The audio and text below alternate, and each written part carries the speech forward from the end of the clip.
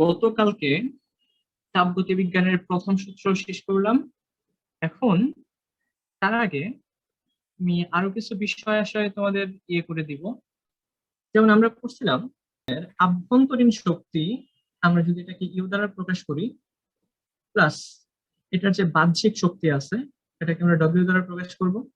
এই উভয়ের সমষ্টিটাই হচ্ছে যতটুকু পরিমাণে তাপ শক্তি প্রোভাইড করা হয়েছে সিস্টেমে সেটা। যেমন একটু তাকাও, এই ধরো আমরা একটা সিস্টেম চিন্তা করতেছি, এটা একটা সিলিন্ডার। এই সিলিন্ডারে একটা ঘর্ষণবিহীন পিস্টন আছে, হচ্ছে গ্যাস, আদর্শ গ্যাস। এবার যখন তুমি এখানে তাপ প্রয়োগ করবা, হিট দিবা, তখন কি হবে? এখানে দুই ধরনের কাজ হবে। একটা হচ্ছে এর যে ইন্টারনাল এনার্জি ইউ, এটা বৃদ্ধি পাবে বা পরিবর্তিত হবে। আরেকটা যেটা হবে, এখানকার আয়তন পরিবর্তন হতে পারে। ঠিক আছে, ধরো এখন ভি1 আছে, এটা পরিবর্তিত হয়ে ভি2 হয়ে গেছে। এই যে আয়তনের পরিবর্তন হওয়া, এটা হচ্ছে বাহ্যিক ভাবে আমরা দেখি, এই ক্ষেত্রে কাজ হয়। ঠিক আছে। আর যেটা আমরা বুঝতে পারি না, মানে আমাদের যেটা ইন্দ্রিয়ের মাধ্যমে আমরা যেটা বুঝতে পারি না, অন্য কোনো ভাবে হিসাব করতে হয়, ওটা হচ্ছে আভ্যন্তরীণ শক্তি। ঠিক আছে। এখন দেখো, এই যে তুমি তাপ শক্তি অ্যাপ্লাই করছো, এতে করে কি হয়েছে? আভ্যন্তরীণ শক্তির পরিবর্তন হয়েছে, প্লাস তোমার কিছু পরিমাণে কাজ পাওয়া গেছে।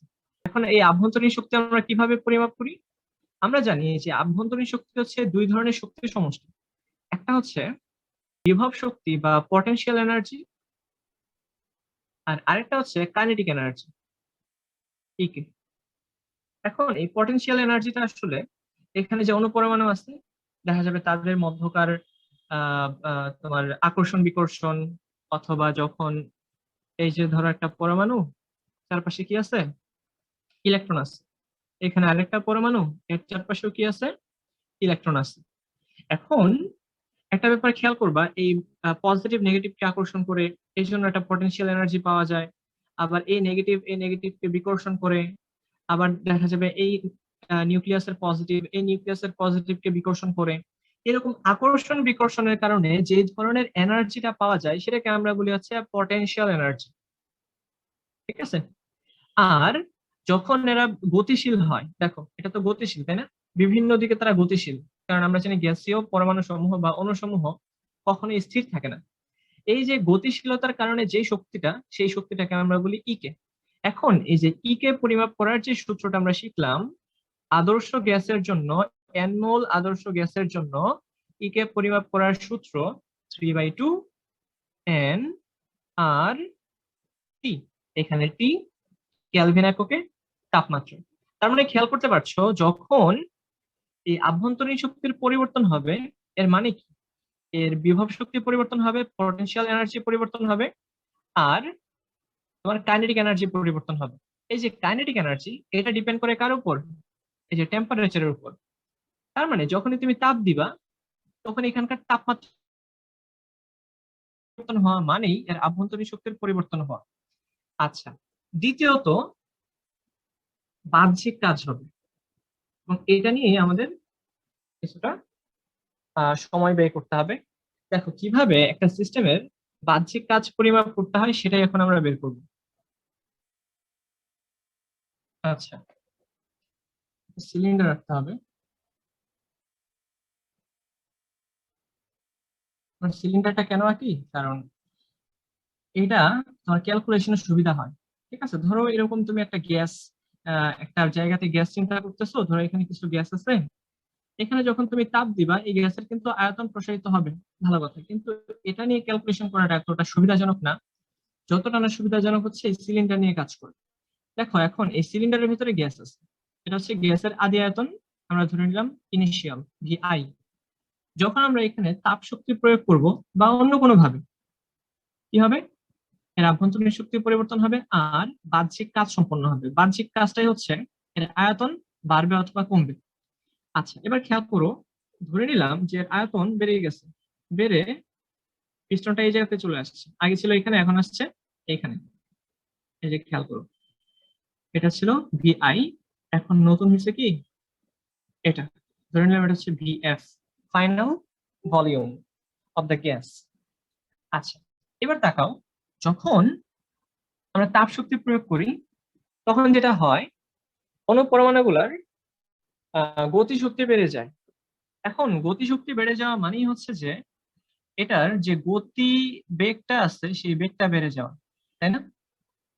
Half M V square. যখনই গতিবেগ বেড়ে যাবে তখনই দেখা যাবে এই গ্যাসীয় পরমাণু বা অণুসমূহ তারা অনেক বেশি গতিতে এই দেয়ালে, পাত্রের দেয়ালে আঘাত করবে। যখনই এই পাত্রের দেয়ালে আঘাত করবে তখনই এখানকার এই ভরবেগের পরিবর্তন হবে। আর আমরা নিউটনের দ্বিতীয় সূত্র অনুসারে জানি যে বস্তুর ভরবেগের পরিবর্তনের হার এর উপর প্রযুক্ত বলের সমানুপাতিক, তাই না? অর্থাৎ এই অণুপরমাণু সমূহ যেটা করে, এই পাত্রের দেয়ালে সে বল প্রয়োগ করে। আচ্ছা, এখন এই পাত্রের, এই যে খেয়াল করো, এই যে পিস্টনটা দেখতেছো, এই পিস্টনের এরিয়া যদি হয় এ, তাহলে আমরা যেটা বের করতে পারবো এই যে বল প্রয়োগ করা হচ্ছে এটা কত ক্ষেত্রফলের উপরে এই বলটা প্রয়োগ করা হয়, এই ক্ষেত্রফলের উপরে। তাহলে আমরা যেটা বলবো যে এই ক্ষেত্রফলের উপরে যদি এফ পরিমাণে বল প্রয়োগ করা হয় তাহলে একক ক্ষেত্রফলের উপর কতটুকু বল প্রয়োগ করা হবে, সেটা হচ্ছে এফ বাই এ, যাকে আমরা বলি প্রেসার। এবং এটাই কিন্তু এই গ্যাসের চাপ।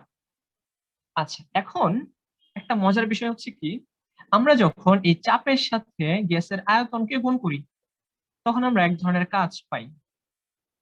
এটা কিরকম? আমরা জানি ওয়ার্ক ডব্লিউ সমান হচ্ছে তোমার বল ইন্টু কি সরণ। এবার খেয়াল করো, আমরা যদি একটা কাজ করি, এই বলকে, এই যে এরিয়াটা আছে, এই যে এই এরিয়াটা দিয়ে আমরা ভাগ করে দিলাম। ভাগ করলে কি করতে হয়? অবশ্যই মানটাকে ঠিক রাখার জন্য গুণ করতে হবে। গুণ করলাম, আর কি আছে? আর আছে হচ্ছে এই যে সরণ। এখন চিন্তা করো এই সরণটা আসলে কোনটা? এই সরণটা হচ্ছে এইটা। এই পিস্টন এই গ্যাসের প্রযুক্ত বলের কারণে, অর্থাৎ ধাক্কা খেয়ে, গ্যাসের ধাক্কা খেয়ে এই পিস্টনটা কত সরণ ঘটছে তার, সেটা। এখন খেয়াল করো এর সরণ হচ্ছে কতটুকু? এস পরিমাণে। তাহলে এটাই হচ্ছে এ ইন্টু এস। তাহলে খেয়াল করো তো, আমরা যখন এ ইন্টু এস এই কথাটা বলবো এটা দ্বারা আসলে কি বোঝাবে? এটা দ্বারা বোঝাবে এই যে কতটুকু আয়তন বৃদ্ধি পাইছে। ঠিক আছে, মানে এই যে নতুন যে আয়তনটা দেখতেছো এটার মানটাই হচ্ছে এ ইন্টু এস। তার মানে কি, আগে ছিল ভি 1, এখন বাড়ছে কতটুকু? এ ইন্টু এস, এই পরিমাণে বাড়ছে। ঠিক আছে, এই যে এটা হচ্ছে ক্ষেত্রফল, এটা হচ্ছে তোমার উচ্চতা, এটাই হচ্ছে আয়তন। তার মানে আমরা দেখতেছি এফ বাই এ এটা হচ্ছে প্রেসার, গ্যাসের প্রেসার, ইন্টু এই যে এ ইন্টু এস এটা হচ্ছে আসলে গ্যাসের কতটুকু আয়তন বৃদ্ধি পাইছে সেটা, ডেল্টা ভি। দেখো বুঝা গেল কিনা? এটাই হচ্ছে তোমার গ্যাস কর্তৃক কৃত কাজের সূত্র। এখন এই ক্ষেত্রে আমরা যে মানটা পাই এটা কিন্তু আসলে একটা গড় মান পাই। ঠিক আছে, এখানে মনোযোগ দেওয়ার বিষয়টা, তোমাদের যদি ক্যালকুলাসের ধারণা খুব ভালো থাকে তাহলে এটা বোঝা খুব সহজ হবে। আর যদি ক্যালকুলাসের ধারণা না থাকে তাহলে এটা একটু টাফ হবে। খেয়াল করো, এটা কি আমরা একটা গড় কাজ পাইছি, এর কারণ কি? এর কারণ যেটা মানে হচ্ছে দেখো পি ইন্টু ভি2 মাইনাস ভি 1 বা V final minus V initial. ঠিক আছে, অর্থাৎ ফাইনাল থেকে ইনিশিয়াল বাদ দিচ্ছি, কিন্তু মাঝখানে যদি এমন হয় যে যখন এই পিস্টনের সরণ হচ্ছিল, অর্থাৎ যখন আয়তন বাড়ছিল, তখন যদি এই চাপে যদি কোনো পরিবর্তন হয় সেক্ষেত্রে কিন্তু কাজ আর সমান হবে না। আমরা যেটা পাইছি এই গড় কাজ, এটা কিন্তু আসলে প্রকৃত কাজের সমান আর হবে না। এই কারণে যেটা ইম্পর্টেন্ট যে আমাদেরকে তোমার অল্প অল্প করে কাজ বের করতে হবে, অল্প অল্প করে বের করে সবগুলোকে যোগ করতে হবে। ঠিক আছে, ব্যাপারটা এরকম। আমি একটু গতিবিদ্যার কনসেপ্ট দিয়ে বুঝাই। খেয়াল করো, ধরো যে তুমি একটা বস্তুর উপরে বল প্রয়োগ করছো, এতে করে সেই শুরুতে তোমার বেশ ভালোই সরণ হয়, আবার সরণ কমে, আবার বাড়ে। ঠিক আছে, এখন তুমি যদি কাজ বের করতে চাও, যে বল প্রয়োগ করতেছো, সরণ হয়, এখন তোমাকে কি বের করতে হবে? কাজ বের করতে হবে। কাজ মানে আমরা জানি বল ইন্টু সরণ। আচ্ছা, যখন আমরা বলি যে বল ইন্টু সরণ, এটা আসলে একটা গড় পরিমাপকে বোঝায়। কিন্তু আমরা যদি এই প্রকৃত কাজটা বের করতে চাই তাহলে কি করতে হবে? এই পুরোটার ক্ষেত্রফলটা বের করতে হবে। এখন খেয়াল করো এই ক্ষেত্রফলটা একটা জায়গাতে কিন্তু এক এক রকম। খেয়াল করছো কি? আমরা যদি দেখি যে এখানে সরণ ছিল কম, এখানে বেশি, এখানে আবারও কম, যখন এরকম অনিয়মিত কোনো কিছুর ক্ষেত্রফল বের করতে হয় তখনই আমাদের ক্যালকুলাসের সাহায্য নিতে হয়। ঠিক আছে, আমরা কি করব?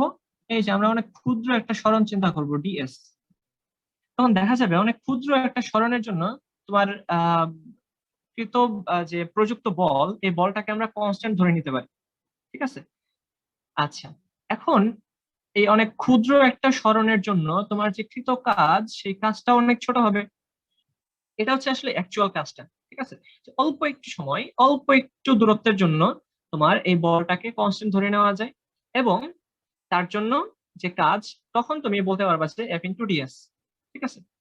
আচ্ছা, কারণ আমরা জানি যে এই ক্ষেত্রে এটা কি হয়, ধ্রুব বল হইতে হয়। ধ্রুব বল আমরা যখন বলি এফ ইন্টু এস, অর্থাৎ এই সমস্ত সরণে এই বলটা ধ্রুবক থাকতে হবে বা সুষম বল থাকতে হবে। আচ্ছা, কিন্তু যদি এই বলের মান বাড়ে কমে বাড়ে কমে, সেই ক্ষেত্রে যেটা হয়, আমাদের এই ক্যালকুলাসের সহায়তা নিতে হয়। আমরা অনেক ছোট্ট একটা সরণের জন্য চিন্তা করি, এই ছোট্ট সরণ বা অনেক অল্প সময়ের ব্যবধানে এই বলটা ধ্রুবক থাকে। আচ্ছা, তো এবার আমাদের কাজ হচ্ছে সম্পূর্ণটা বের করা, ইন্টিগ্রেশন করে দিতে হবে। ঠিক আছে, বা ইন্টিগ্রেট করে দিতে হবে। আমরা যেটা করব, ইন্টিগ্রেট হচ্ছে 0 থেকে w পর্যন্ত। ভালো কথা। এখন এখানে যদি আমরা বসাই দিই এটাকে এফ ডিএস, তাহলে এখানে কি হবে, শুরুতে সরণ ছিল 0, তারপরে সরণ হয়েছে এস। আমরা যখন এইভাবে এটাকে বসাবো, তখন আসলে প্রকৃত কাজটা পাওয়া যাবে।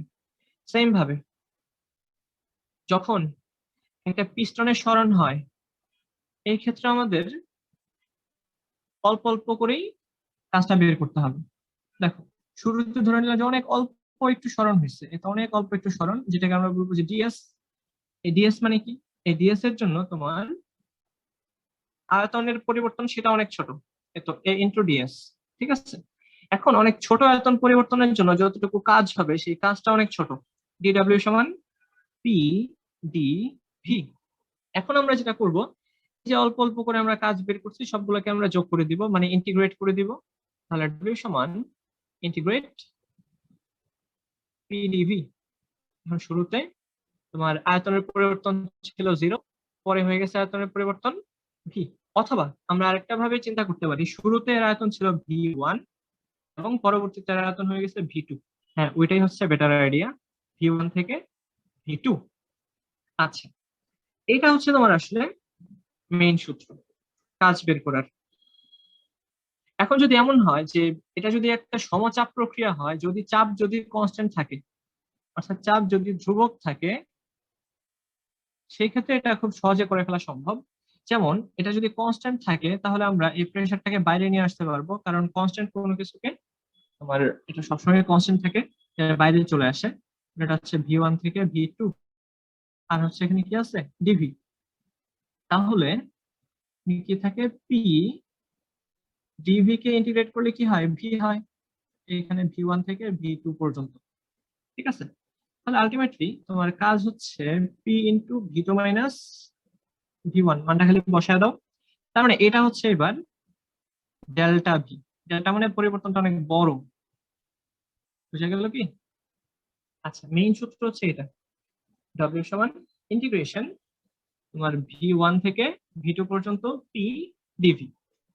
আচ্ছা, তো গেল, কিভাবে কৃত কাজ বের করতে হয় সেটা আমরা শিখলাম। আচ্ছা, এবার একটা ম্যাথ করে ফেলা যাক।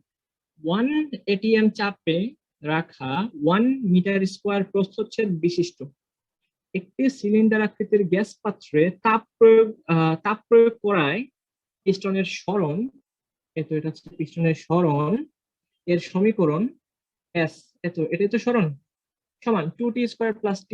অর্থাৎ দেখা যাচ্ছে যে এখানে তোমার যে হারে এটা সরণটা হয়, অর্থাৎ পিস্টনটা নিচ থেকে উপরের দিকে ওঠে, ওইটার সরণের সময়ের সাথে সরণের সমীকরণটা দেওয়া আছে 2t² + t।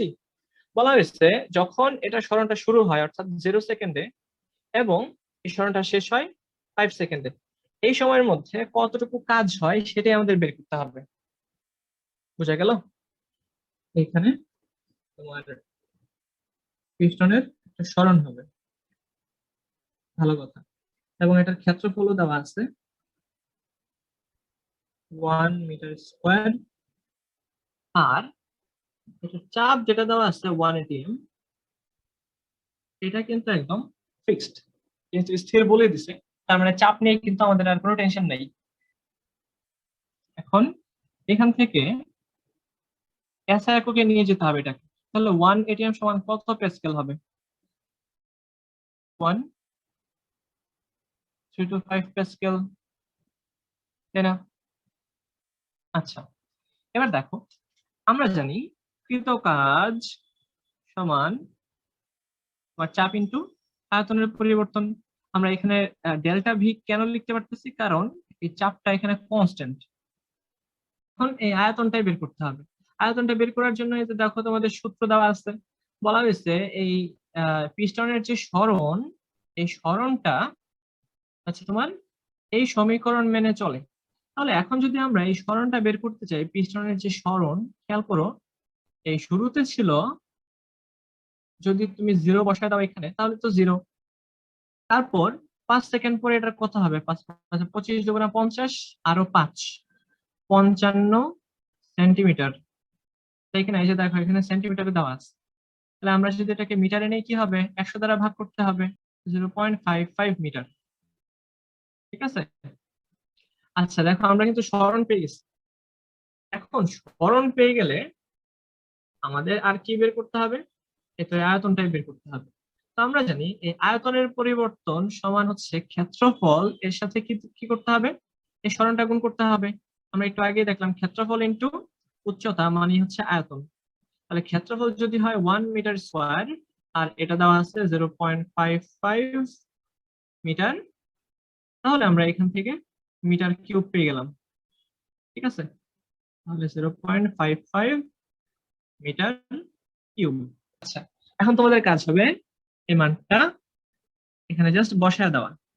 যে পি এর মান আমরা দেখলাম 1 এটিএম, 101325 ইন্টু 0.55 এত। তাহলে এখানে তোমরা জুল এককে এই মানটা পাবা। জাস্ট এখানে ক্যালকুলেটরে বসায় দেখো কত আসে, এত জুল। দেখো ব্যাপারটা সহজ, আমি আবার একটু রিপিট করে দিই। বলা হয়েছে যে তোমার 1 এটিএম চাপে রাখা এত প্রস্থচ্ছেদের ক্ষেত্রফল বিশিষ্ট একটি সিলিন্ডার আকৃতির গ্যাস পাত্রে তাপ প্রয়োগ করার কারণে যেটা হয়েছে, তোমার পিস্টনের একটা সরণ হয়েছে। এই সরণের যে সমীকরণটা সেটা এখানে দেওয়া আছে। এখন বলে দেওয়া আছে যে শুরু থেকে অর্থাৎ 0 সেকেন্ড থেকে 5 সেকেন্ড পর্যন্ত যে সরণটা হয়েছে, এই সরণের জন্য কৃত কাজ কত। তা আমরা কৃত কাজের সূত্র সকলেই জানি যে ডব্লিউ সমান P delta V. P delta V যখন এই পি এর মানটা কনস্ট্যান্ট। দেখো এখানে তোমার সমচাপীয় প্রক্রিয়ার কথা বলে দেওয়া আছে 1 atm। আচ্ছা, তাহলে জাস্ট ডেল্টা ভিটা বের করলেই হবে। আয়তনের পরিবর্তন দেখো শুরুতে ছিল এটা, আর আয়তনের পরিবর্তন ডেল্টা ভি হচ্ছে এটা। এই ডেল্টা ভি বের করার জন্য খেয়াল করো তো, এখানে জাস্ট এই তোমার আর উচ্চতাটা লাগবে। তো ক্ষেত্রফল তো দেওয়াই আছে 1 মিটার স্কোয়ার, আর উচ্চতা বের করার জন্য আমরা এই সূত্রটা কাজে লাগাইছি। খেয়াল করো যে সমীকরণ দেয়া আছে এটা, যখন সময়ের মান 0 তখন এই সরণের মানটাও 0। যখন সময়ের মান 5 সেকেন্ড তখন আমরা জাস্ট বসায় দিছি, এটা আসছে 55 সেন্টিমিটার। মিটারে নিলে হয় কত? 55 মিটার। আচ্ছা, তো এখানে কি শুরুতে ছিল 0 মিটার, আর 5 সেকেন্ড পরে কতটুকুতে আসছে? 0.55 মিটার। তাহলে এই সরণটা আমরা পেয়ে গেছি, টোটাল সরণ। এখন এই সরণকে আমরা যখন ক্ষেত্রফল দ্বারা ভাগ করে দিব তখনই তো আয়তনটা পাবো। এই আয়তনকে জাস্ট এই চাপের সাথে আমরা গুণ করে দিলাম, তখনই কিন্তু কাজ পেয়ে গেলাম। আচ্ছা, তো এই হচ্ছে তোমাদের মোটামুটি তাপগতিবিদ্যার প্রথম সূত্রের প্রয়োগ। আচ্ছা, এখন এটার জন্য আমরা জাস্ট কাজ বের করব। ঠিক আছে? আমরা যেটা করব, আমরা জাস্ট কাজ বের করব। খেয়াল করো এই তাপগতিবিদ্যার প্রথম সূত্রের প্রয়োগ আমরা যখন শিখব, শুরুতেই সূত্রটা দেখো, যখনই তুমি তাপ প্রয়োগ করো তখন এখানে আভ্যন্তরীণ শক্তির পরিবর্তন হয় এবং বাহ্যিক শক্তির বা বাহ্যিক কাজ হয়। আভ্যন্তরীণ শক্তিটা পুরোটাই হচ্ছে তোমার 3/2 এনআরটি, এটা নিয়ে আমাদের কোনো টেনশন নেই। টেনশন হচ্ছে এই যে বাহ্যিক কাজ। এখন আমরা যখন বাহ্যিক কাজটা করব, খেয়াল করো এই যে বাহ্যিক কাজ ডব্লিউ সমান integration P delta V, sorry PDV, V1 থেকে ভি2। এখানে বিভিন্ন শর্ত আরোপ করলে বিভিন্ন রকমের কাজ পাওয়া যায়। যেমন প্রথমে হতে পারে যেমন তোমার আমরা চাপটাকে কনস্ট্যান্ট রাখবো, তখন কোন ধরনের কাজ হবে, ঠিক আছে, যেটা আমরা অলরেডি বের করছি। যদি এটা সমচাপীয় প্রক্রিয়া হয়, সমচাপীয় প্রক্রিয়া, তখন আমরা কি জানি, সমস্ত সিস্টেমটার মধ্যেই এই যে চাপ কনস্ট্যান্ট থাকবে, ধ্রুব থাকবে। আচ্ছা, এই টার্মটাও আশা করি শিখে রাখবা। এই সমচাপীয় প্রক্রিয়ার ইংরেজি টার্মটা হচ্ছে তোমার আইসো। আইসো মানে সেম, ব্যারিক, আইসোব্যারিক প্রসেস। আচ্ছা, এই সমচাপীয় প্রক্রিয়ার ক্ষেত্রে আমরা জানি কি, এই কৃত কাজ সমান পি ডেল্টা ভি। আচ্ছা, ভালো কথা। এখন এটাকে যখন আমরা তাপগতিবিদ্যার প্রথম সূত্রে বসায় দিব, তখন আমরা কি পাবো? তখন আমরা যেটা পাবো, যতটুকু তুমি তাপ দিছো সেটা সমান হবে আভ্যন্তরীণ শক্তির পরিবর্তন প্লাস এই ডব্লিউ। আর এই ডব্লিউটা মানে আমরা জানি পি ডেল্টা ভি। আচ্ছা, এখন আরেকটা ব্যাপার একটু মনোযোগ দিয়ে দেখো তোমরা। আমরা যখন বলি যে পি ডেল্টা ভি, তখনই আমাদের মাথায় আরেকটা জিনিস হিট করে, সেটা হচ্ছে পিভি সমান এন আর টি। ঠিক আছে, তো এখানে মজার জিনিসটা, যখন তোমার এই কাজটা হবে, দেখো আয়তনের পরিবর্তন হয়। আয়তনের পরিবর্তন হলে এখানে চাপ তো কনস্ট্যান্ট, ঠিক আছে, সুতরাং আয়তনের পরিবর্তনটা কি কারণে হয়? আভ্যন্তরীণ শক্তির পরিবর্তনের কারণে বা এই টেম্পারেচারের পরিবর্তনের কারণে। তো পি ডেল্টা ভি মানেই হবে এন আর ডেল্টা টি। দেখো তোমরা এই দুইটা সূত্রই কিন্তু ইউজ করতে পারবা, ঠিক আছে।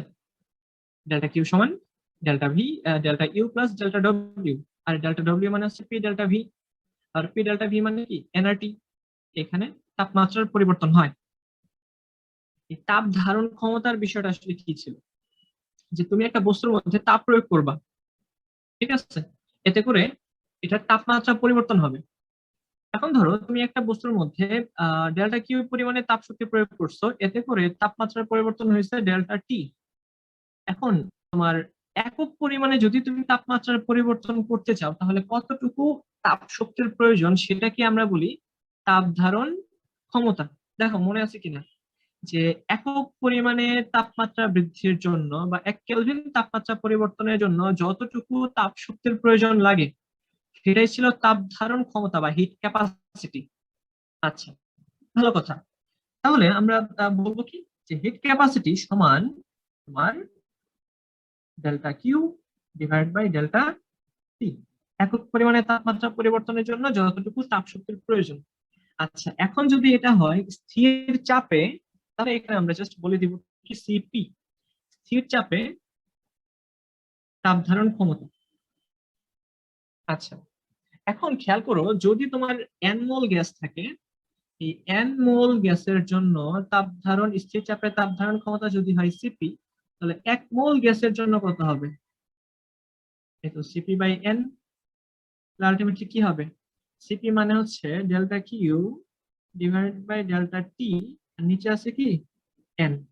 তার মানে আলটিমেটলি আমরা যদি বলি যে মোলার, মোলার মানে হচ্ছে 1 মোলের জন্য মোলার তাপ ধারণ ক্ষমতা, মোলার তাপ ধারণ ক্ষমতা, অর্থাৎ 1 মোল পরিমাণে গ্যাসের তাপমাত্রা 1 কেলভিন বৃদ্ধি করতে বা পরিবর্তন করতে যতটুকু তাপ শক্তির প্রয়োজন, সেটাই হচ্ছে মোলার তাপ ধারণ ক্ষমতা। এখন এই মোলার তাপ ধারণ ক্ষমতা স্থির চাপে আমরা চিন্তা করলাম, এই তো এই সূত্রটা খেয়াল করো, এই তো delta Q divide by delta T into N, delta Q divide by N delta T. বুঝা গেল? আচ্ছা, তাহলে যদি না বুঝো আমি আরেকবার এটা রিপিট করে দেই। দেখো যে এন মোল পরিমাণে গ্যাসের তাপমাত্রা তোমার ডেল্টা টি পরিমাণে পরিবর্তন করতে ডেল্টা কিউ পরিমাণে তাপের প্রয়োজন হলো। এখন 1 মোল পরিমাণ গ্যাসের তাপমাত্রা 1 কেলভিন বৃদ্ধি করতে কতটুকু লাগবে? Delta Q divide by N delta T. এটাই হচ্ছে মোলার তাপ ধারণ ক্ষমতা স্থির চাপে। আমরা স্থির চাপ নিয়ে চিন্তা করতেছি, এখানে এটা হচ্ছে স্থির চাপে মোলার তাপ ধারণ ক্ষমতা। এবার দেখো এই যে ডেল্টা কিউ সমান আমরা কি বলতে পারবো? আর গুণ করে দিলে এন সিপি ডেল্টা টি বলা যায়। আচ্ছা, আমরা যে কাজটা করব, এই ডেল্টা কিউবটাকে আমরা প্রথম সূত্রে বসিয়ে দিব। দেখো তো প্রথম সূত্র অনুসারে আমরা কি জানি? প্রথম সূত্র অনুসারে আমরা জানি ডেল্টা কিউ সমান delta U plus delta W. দেখো ডেল্টা কিউ মানে হচ্ছে এন সিপি ডেল্টা টি সমান ইউ, আর এটা কি ছিল? এটা ছিল এন আর ডেল্টা টি। এটা বের করছিলাম। তাহলে এখান থেকে আমরা একটা কাজ করব কি, এই যে এখান থেকে আমরা আভ্যন্তরীণ শক্তির পরিবর্তনের সূত্রটা বের করে নিয়ে আসবো। দেখো আভ্যন্তরীণ শক্তির পরিবর্তন হবে এন সিপি ডেল্টা টি মাইনাস, এটাকে যদি আমরা ওই পাশে নিয়ে যাই, এন আর ডেল্টা টি। তাহলে কি দেখা যাচ্ছে? এখান থেকে আমরা কিছুটা কমন নিতে পারি, এন ডেল্টা টি। এন ডেল্টা টি যদি কমন নিয়ে যাই তাহলে কি থাকে? সিপি মাইনাস আর। এই সিপি মাইনাস আর এটা আবার কি? সিপি মাইনাস আর মানে হচ্ছে সিভি। আমি আবারও বলি, সিপি মাইনাস আর এটা মানে হচ্ছে তোমার সিভি। এখানে সিভি হচ্ছে, আমরা যখন বললাম যে সিপি হচ্ছে স্থির চাপে মোলার তাপ ধারণ ক্ষমতা, আর এটা হচ্ছে স্থির আয়তনে মোলার তাপ ধারণ ক্ষমতা। ঠিক আছে, এটা পরবর্তীতে আসবে, একটু পরেই এই আলোচনাটা আসবে যে আমরা যখন একটা ইয়ের ক্ষেত্রে আয়তনটাকে স্থির রাখবো, চিন্তা করবো আয়তনটাকে একদম ফিক্সড, আয়তন ফিক্সড, তখন আমরা এখানে তাপ দেই। তাপ দিলে কি হবে? এখানকার জাস্ট আভ্যন্তরীণ শক্তির পরিবর্তন হবে। দেখো আয়তন যদি ফিক্সড হয় এই মানটা হয়ে যাবে 0, তখন জাস্ট এই তাপটা সম্পূর্ণরূপে আভ্যন্তরীণ শক্তির পরিবর্তন করবে। তখন দেখা যাবে যে এই সিভি এর আলোচনাটা আসবে। তার মানে এই যে আভ্যন্তরীণ শক্তির পরিবর্তন সমান এন সিভি ডেল্টা টি। দেখো এখান থেকে এই কয়েকটা সূত্র পাওয়া যায়।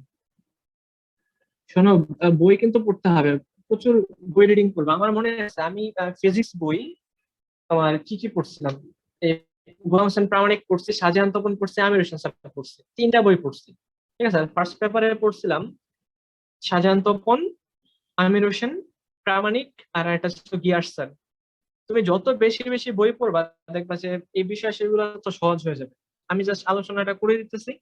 আর এখনো যদি মনে যায় কঠিন লাগতেছে, তোমরা এই রেকর্ডিংটা দেখতে পারবা, এবং অবশ্যই বই পড়ার পরে তো রেকর্ডিংটা আবার দেখবা।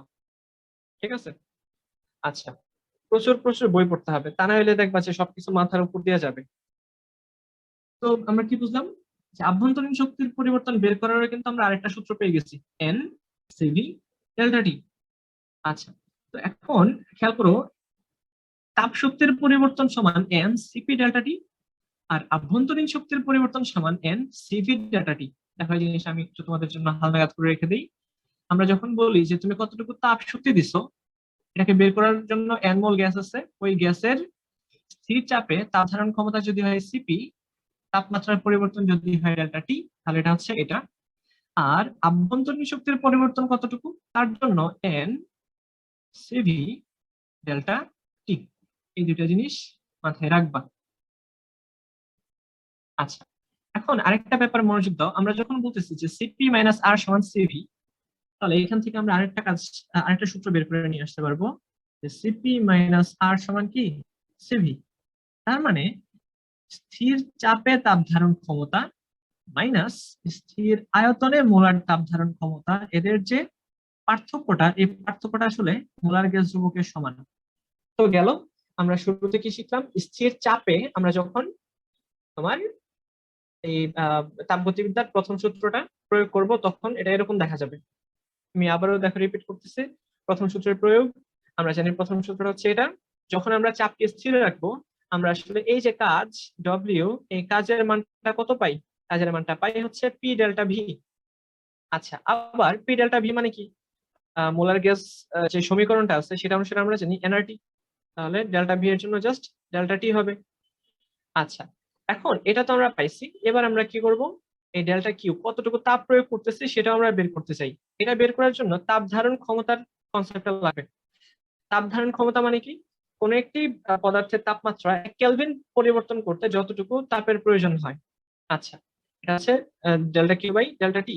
আর যদি তুমি 1 মোলের জন্য চিন্তা করো, তখন সেটা হয়ে যাবে কি? মোলার তাপ ধারণ ক্ষমতা। সেটা কি?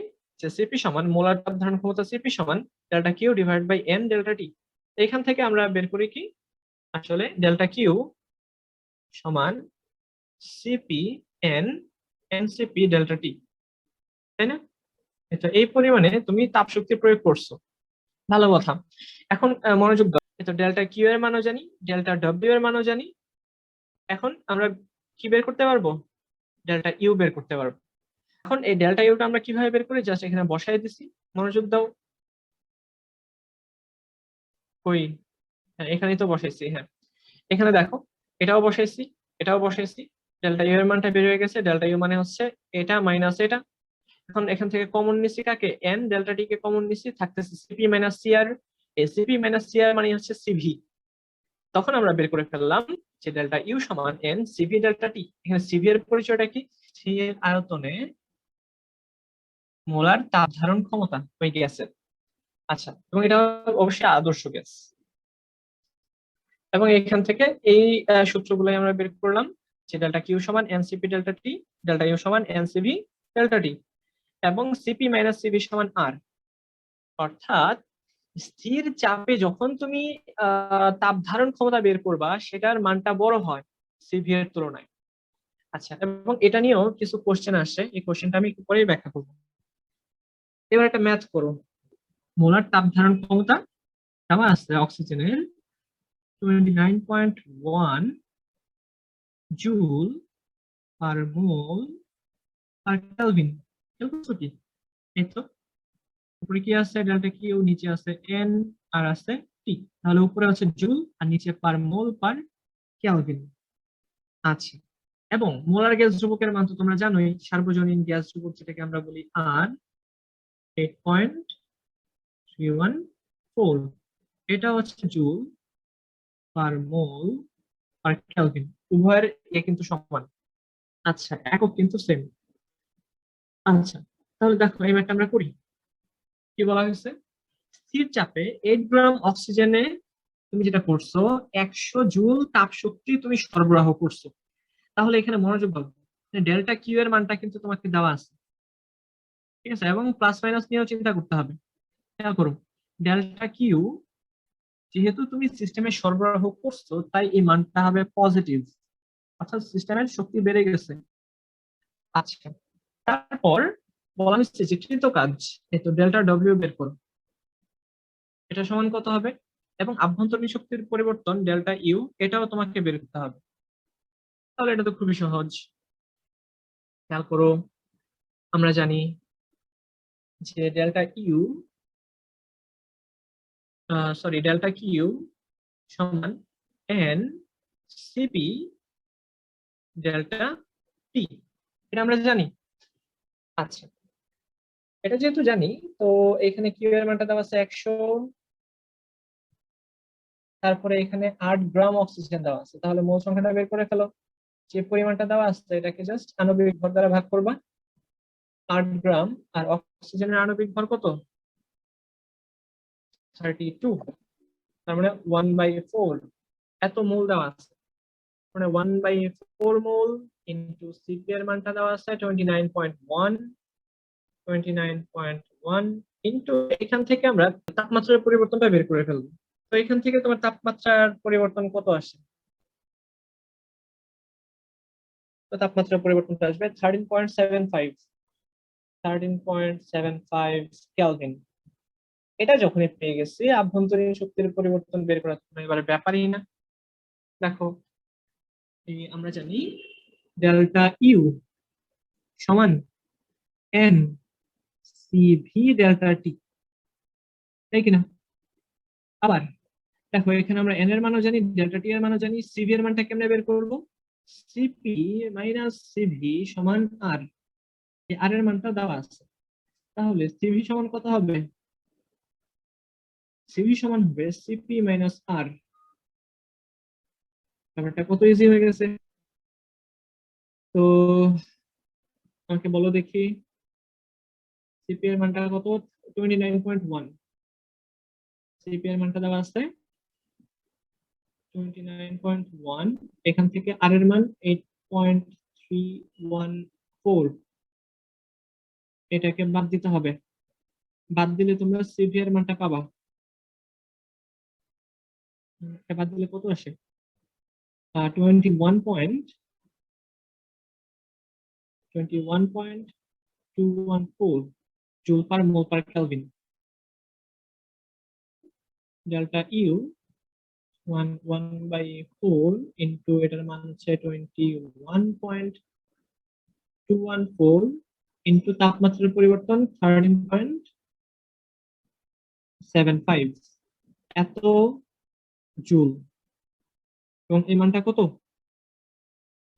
ক্যালকুলেশন করে দেখো, এই মানটা আসবে 71.42। 71.42 জুল। এটা হচ্ছে ডেল্টা ইউ।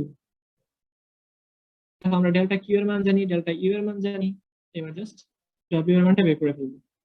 আমরা জানি ডেল্টা কিউ সমান delta U plus delta W, তো কাজ। তো এখানে এইভাবে বের করতে পারবা যে এটা সমান কি হবে? Delta Q minus delta U. তো ডেল্টা কিউ এর মান দেওয়া আছে 100, আর এটার মানটা দেওয়া আছে 71.42 জুল। তাহলে কতটুকু কাজ হয়েছে? কাজের মানটা পাওয়া যাবে 28.58। দেখো, বিয়োগ করলে এটাই পাওয়া যাবে 28.58 জুল। এবার আমাকে খালি বলেন আপনারা যে এটা কঠিন কিনা। কনসেপ্ট যদি জানা থাকে আসলে সবই সহজ। তো আজকে আর কন্টিনিউ করবো কিনা ভাবতেছি। সময় আয়তনিক প্রক্রিয়া আছে, তারপরে তোমার সমুষ্ণ প্রক্রিয়া আছে, তারপরে রুদ্ধতাপীয় প্রক্রিয়া আছে, এই সবগুলোই আমরা বের করবো। তাহলে আমি চাচ্ছি আজকে এটা শেষ করে দিতে, তোমাদের যদি ধৈর্য হয় আর কি।